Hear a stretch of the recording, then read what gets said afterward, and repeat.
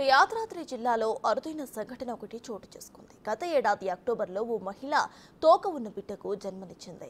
ఊహించని ఘటనతో కుటుంబ సభ్యులందరూ కాకుండానే ఊరు వాడ ఆశ్చర్యపోయింది. సరిగ్గా బాలుడికి 3 నెలలు నిండేసరికి అది పెరిగి పెద్దదై 15 సెంటీమీటర్స్కు చేరింది.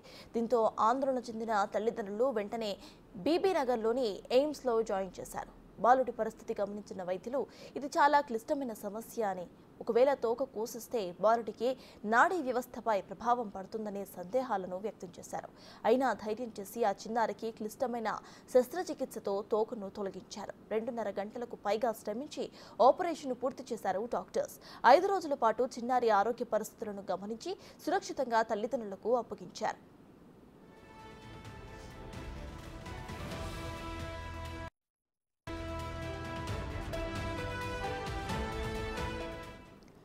వెన్నెముకలోని 5 వెన్నుపూసలతో అనుసంధానమై తోక బయటకు వచ్చినట్లుగా వైద్య పరీక్షలో గుర్తించారు డాక్టర్స్. గర్భం దాల్చే సమయంలో సమస్య తలెత్తి స్పైనల్ కార్డ్ సరిగ్గా ఏర్పడక బాబు తోకతో జన్మించాడని, దీనిని వైద్య పరిభాషలో స్పినా బిఫిడగా చెప్తారని వైద్యులు తెలిపారు.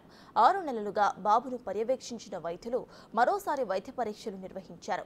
ఈ పరీక్షల్లో చిన్నారికి ఏ విధమైన ఇబ్బందులు ఉత్పన్నం కాలేదని, సంపూర్ణ ఆరోగ్యంతో ఉందని వైద్యులు నిర్ధారించారు.